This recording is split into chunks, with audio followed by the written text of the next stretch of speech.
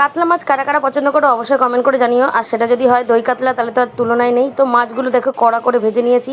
এর জন্য একটা মশলা তৈরি করে নেবো, কিছুটা কাজু বাদাম, পোস্ত, একটু মৌরি, কাঁচা লঙ্কা দিয়ে ভালো করে এটা আমি কিন্তু পেস্ট বানিয়ে নেবো। কড়াইতে মাছ ভাজার তেল আছে, তাতে গোটা গরম মশলা, শুকনো লঙ্কা, তেজপাতা ফোড়ন দিয়ে পেঁয়াজ আর টমেটো দিয়ে ভালো করে লাল করে ভেজে নেবো। লবণ হলুদ দিয়ে তার মধ্যে দিয়ে দেবো আদা বাটা আর রসুন বাটা। ভালো করে কষে নেওয়ার পর দিয়ে দেবো ওই কাজু বাদাম, পোস্ত আর মৌরি বাটাটা আর চেরা কাঁচা লঙ্কা দিয়ে ভালো করে মশলাটা কিন্তু কষতে হবে যতক্ষণ না তেল ছেড়ে যায়। তার মধ্যে দিয়ে দিলাম একটু জিরে গুঁড়ো আর ধনে গুঁড়ো।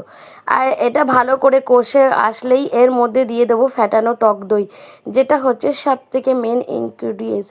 তো এইভাবে আমি দেওয়ার পরে পরিমাণ মতো জল দিয়ে জলটা ফুটে উঠলেই ওর মধ্যে কড়া করে ভেজে রাখা কাতলা মাছগুলো ভালো করে ফুটে নিলাম। ফুটিয়ে নেওয়ার পর দেখতেই পাচ্ছ কালারটা কত সুন্দর এসছে। এইবার আমি কড়াই থেকে নামিয়ে মেথি পাতা আর ঘি দিয়ে সার্ভ করলাম। কেমন লাগছে অবশ্যই কমেন্ট করে জানিও। ভালো লাগলে সাবস্ক্রাইব করে দিও, ফলো করতেও ভুলো না। টাটা বন্ধুরা।